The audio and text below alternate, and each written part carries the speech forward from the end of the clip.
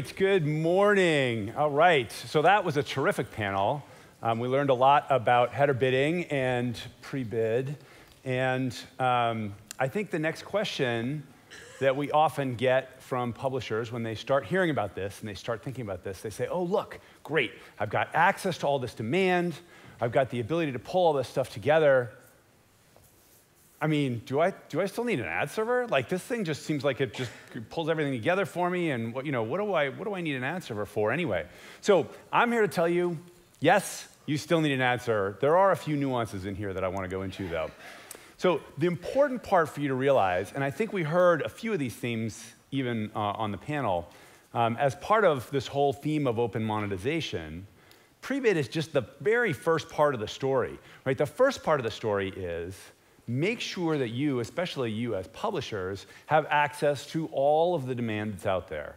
That's the way you're going to get all the people who are competing to get maximum value for every single one of your impressions. Now, if you're a buyer, similarly, you want access to all the supply that's out there so you can pick the absolute best available for your clients, right? So it works both ways on this. But the first thing is access to demand. But there are several other pieces around maximizing yield for publishers, including smart decisioning. And another thing that we heard from some of the panelists, and I think you'll hear from the next panel as well, is that just collecting all the demand and then trying to naively pick the highest bid isn't always the best way to serve your yield and to serve your buyer clients. And so we'll talk a little bit about what that means in terms of intelligent decisioning. And then another thing that we heard from the panel was the importance of analytics and the importance of transparency and the importance of reporting. And if you're doing some of the more sophisticated programmatic techniques like programmatic guarantee, the importance of things like forecasting, right? These are all things that a simple pre-bid server isn't going to give you by itself. You need a more sophisticated system, a more complete ad server.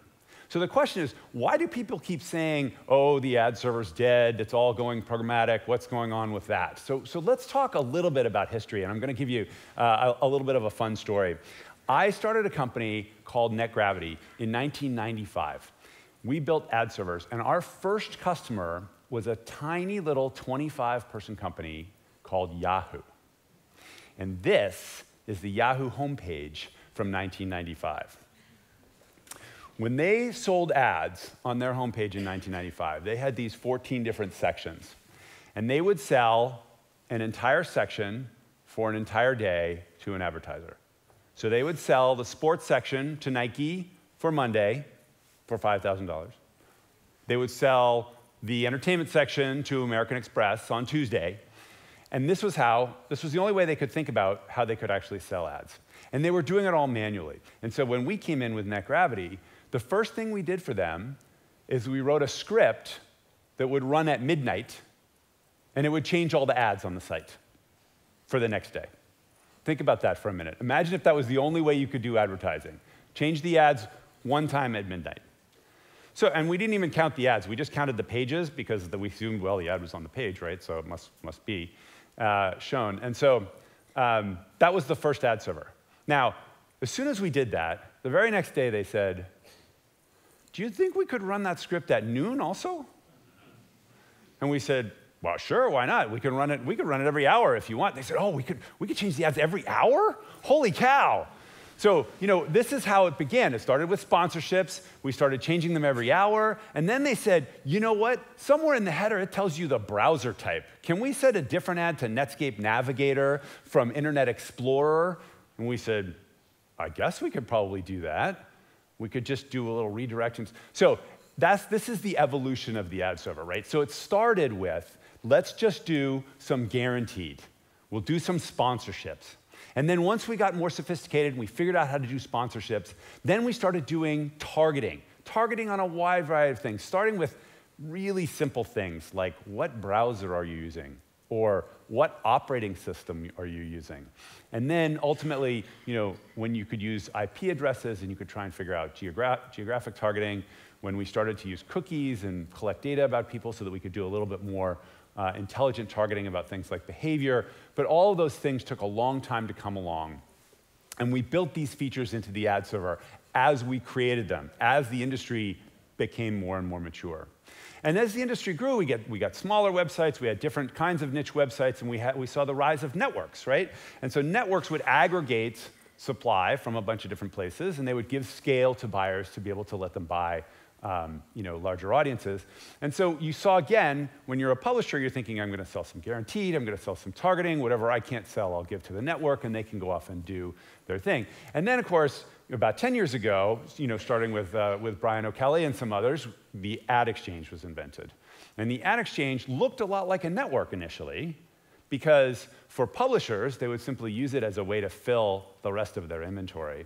But it worked a little bit differently internally because it was able to collect bids and actually choose the highest bid as it went along. And then gradually, the ad exchange became more and more integrated. But ultimately, if you think about the construction of the ad server, and an ad server that was built starting 20 years ago and grafted on piece after piece as the industry got more and more sophisticated, what we ended up was this waterfall. And the waterfall is pretty strict in terms of the way the priorities work, in terms of the way that it allocates inventory, and the exchange doesn't get to compete with everything that's in there. It just doesn't work that way because the ad server wasn't constructed from the beginning.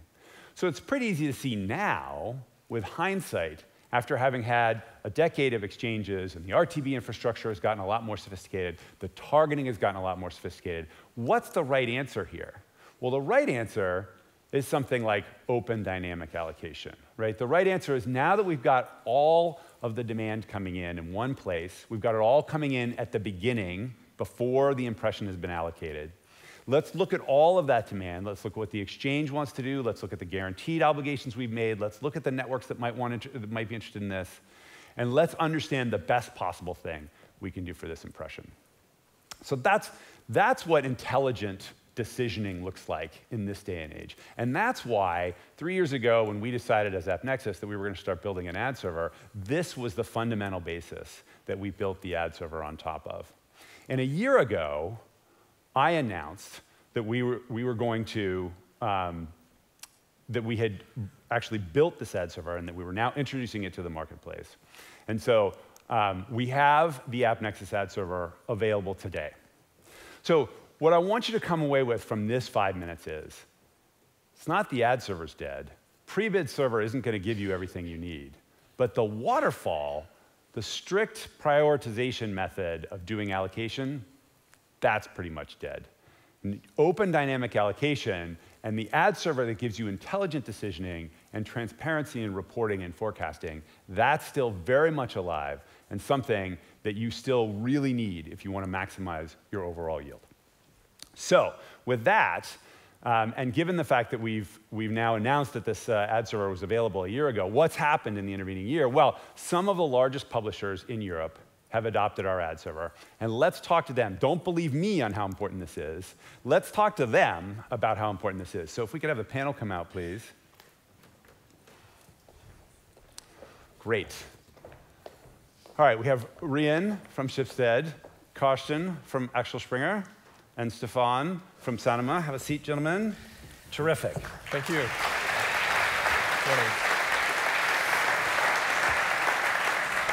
Right, so I think yesterday we announced our relationship with Axel Springer, so maybe we'll start with the newest relationship on the block. What was it about AppNexus that caused you and Axel Springer to choose to partner with us?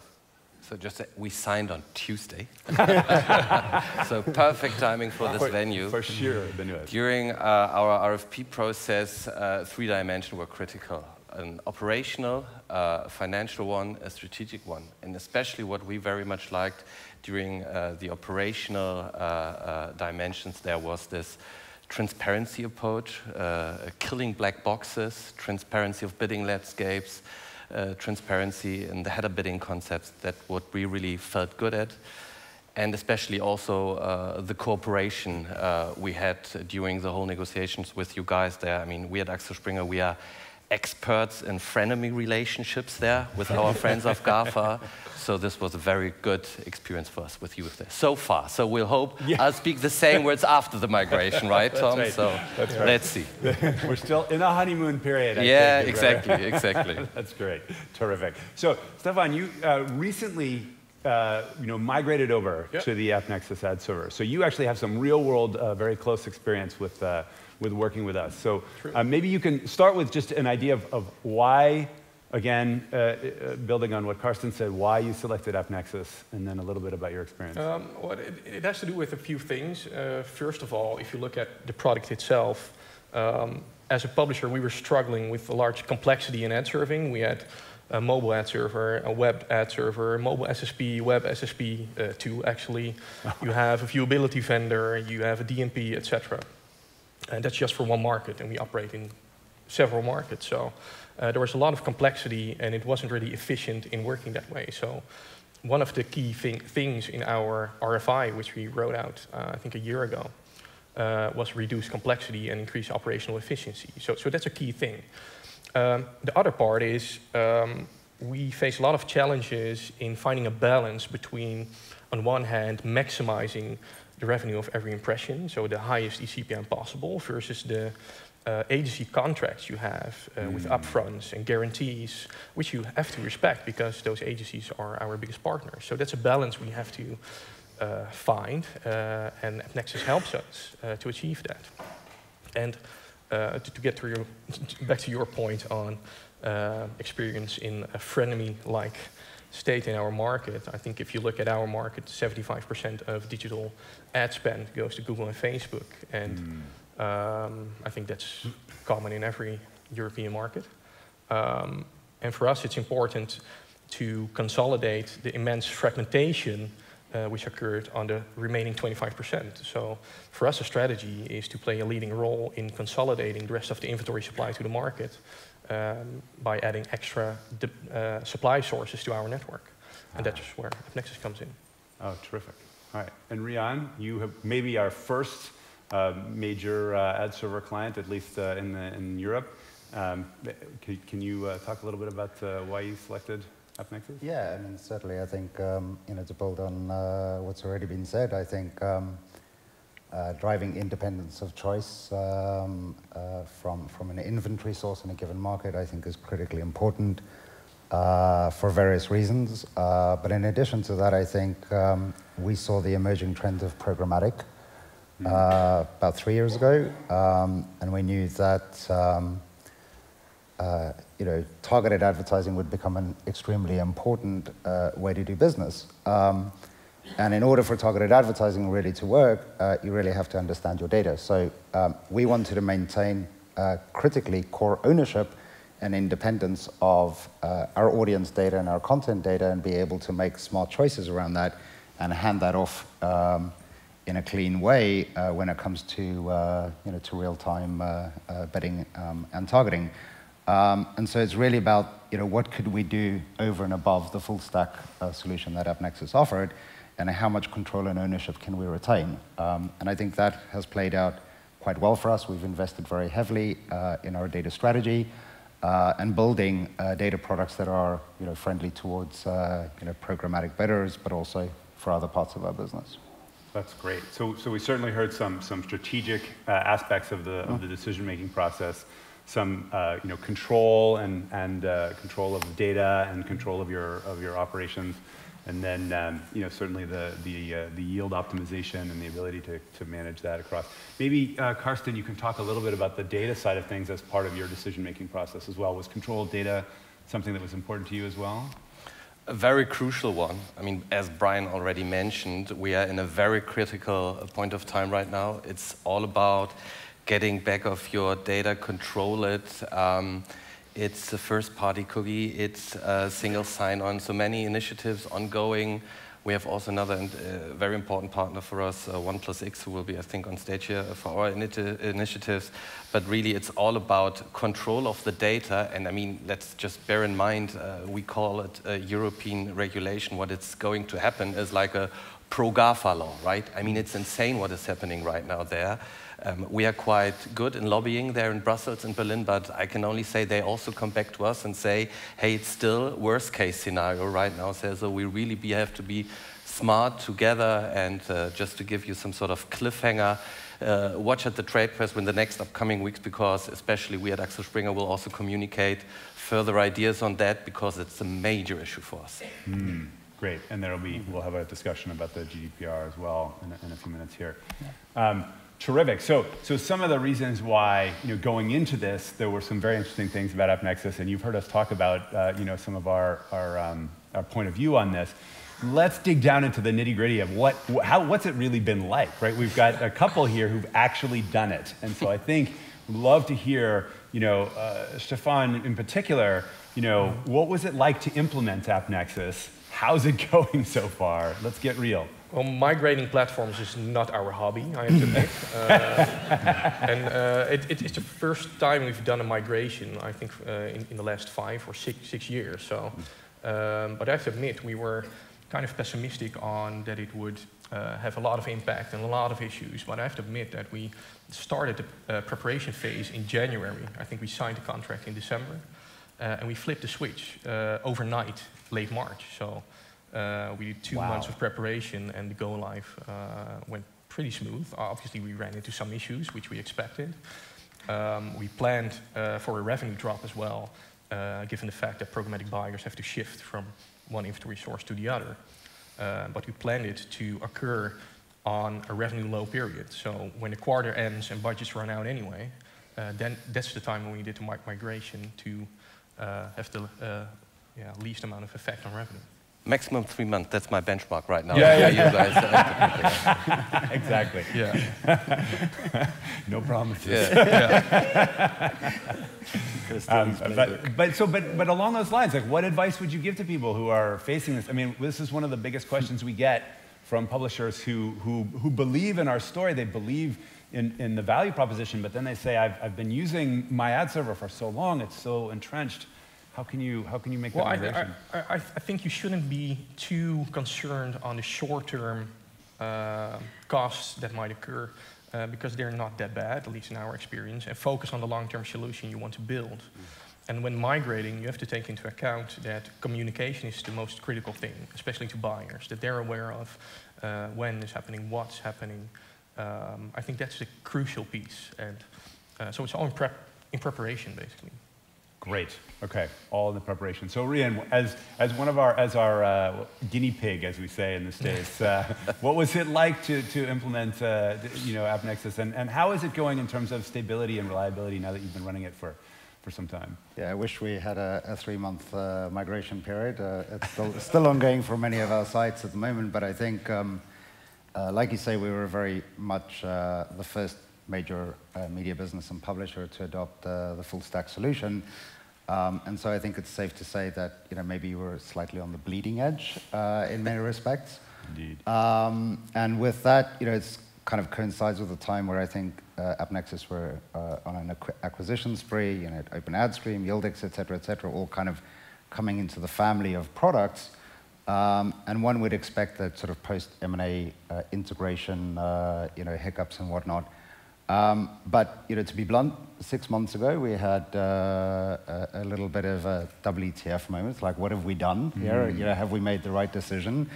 Or should I be phoning my friend Carsten up saying, don't sign that deal just yet? And I think we had a fairly open and blunt conversation with Brian and the team.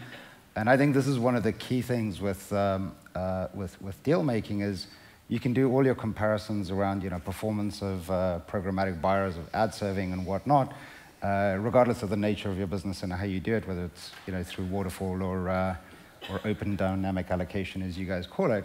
I think really the true litmus test is how one responds to things when they go wrong. Yeah. And in our experience over the last 6 months, we raised the red flags. A lot of outages. You guys were doing a lot of releases, being very responsive to requirements and features and whatnot.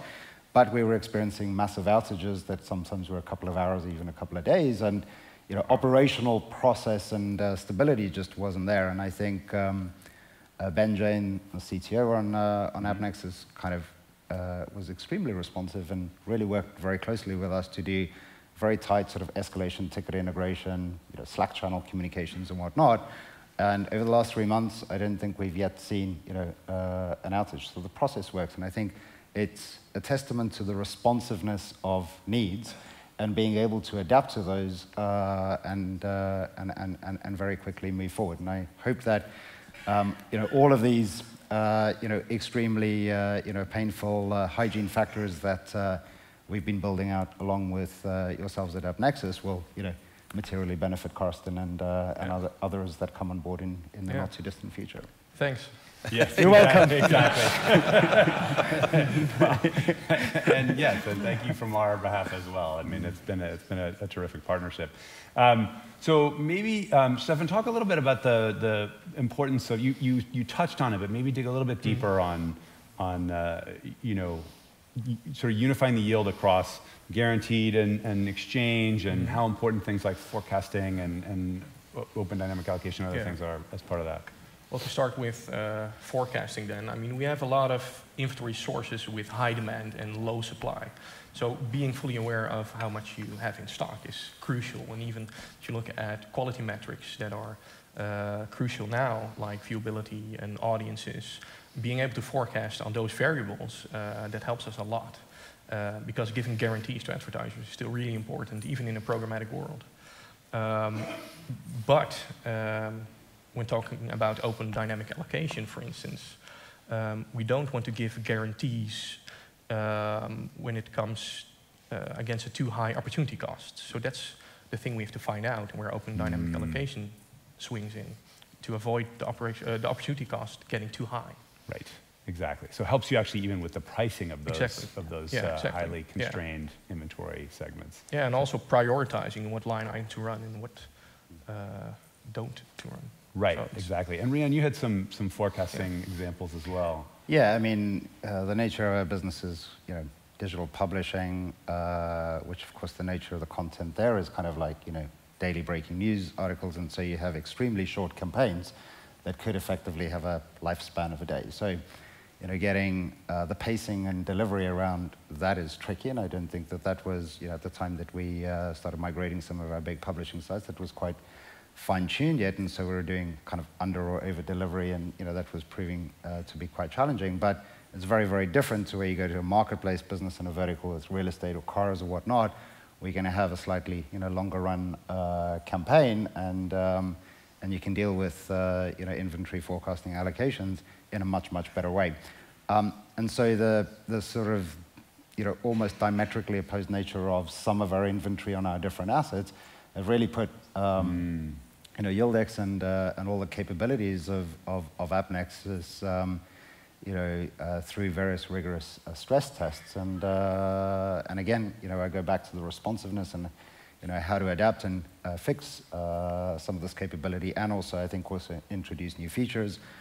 Just earlier this week, we launched, or rather you guys launched a couple of new features for our publishing business, which solve a lot of these type of forecasting and pacing related issues. And so again, you guys can thank me for that. Terrific. One other thing actually that you mentioned that I think was interesting was page latency and ad load times and things also seem to improve. Did you have any data on that, or? Yeah, I mean, especially on publishing sites, page load times and especially the latency of third-party content like ads, it has a very detrimental effect on a user experience. And for us, switching out in our Norwegian assets from an ad tech solution to AppNexus has had a material improvement, so it's significantly better. Of course, with concepts like header bidding and whatnot, one has to be careful to kind of make sure that you don't end up introducing a very expansive and laborious auction that reintroduces a latency effect from an end user perspective. So I think, again, it's a case of there are material improvements that we're seeing, and of course that improves user retention and session times, which in publishing sites is absolutely crucial because it's all about the fight for retaining your audiences, and every little bit of improvement that we can make, either through our own direct content, the client technologies that we build, and also the third-party content and ads that we serve, help us deliver that. So that's been great. Terrific. So some of the largest publishers in Europe here, validating, I think, some of the things that we're saying about, the importance of the ad server and some of the key features that to look for in an ad server, and in an ad server partner, right, in terms of responsiveness and ability to work together,